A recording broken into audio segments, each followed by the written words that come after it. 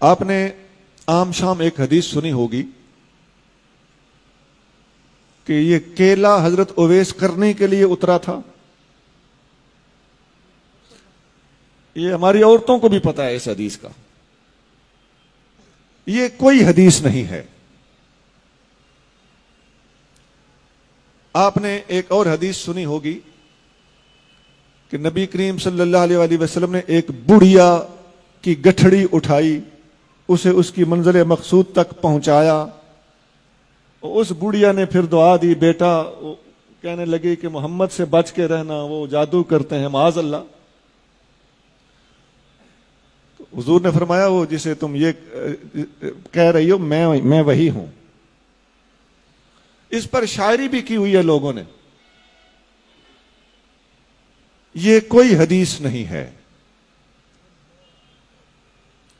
وہ کوڑا پھینکنے والی بوڑھیا کی عورت حدیث آپ نے سنی پڑی ہوگی. ہم نے اس کا کہیں وجود نہیں دیکھا. وہ حضرت بلال حبشی نے صبح کی اذان نہ دی تو سورج نہ نکلا. یہ سب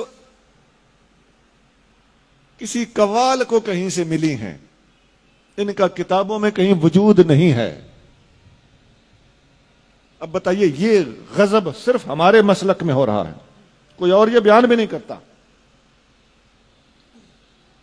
وہ ایک جنگ میں صحابہ کرام نے دیکھا کہ فتح نہیں ہو رہی تو مسواک شروع کر دیا, تو کافر کو یوں لگا جیسے منہ میں درخت ڈالے ہوئے ہیں کہ دانت صاف کر کے ہمیں کھا جائیں گے.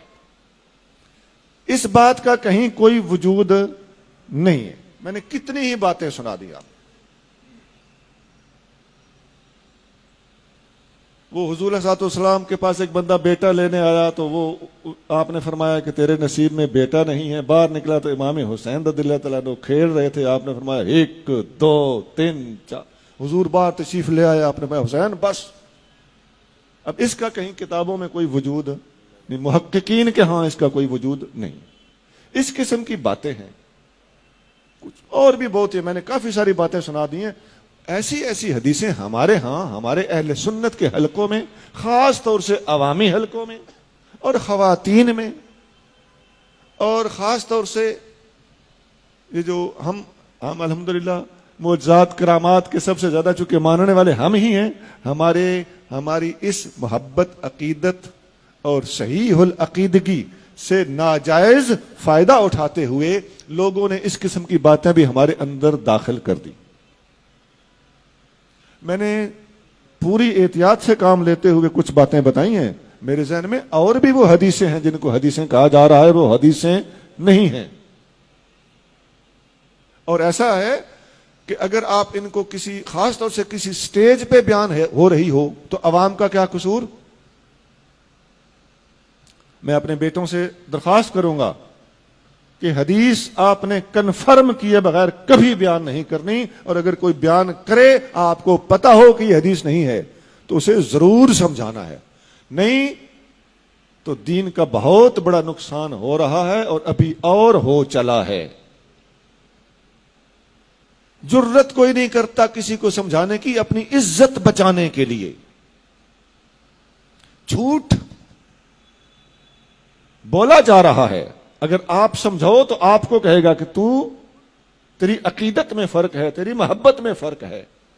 نہیں جناب, یہاں سے ہمیں کوئی راستہ نکالنا ہوگا. ہمیں یہ جرت کرنا پڑے گی. ہمیں حق گوئی سے کام لینا ہوگا.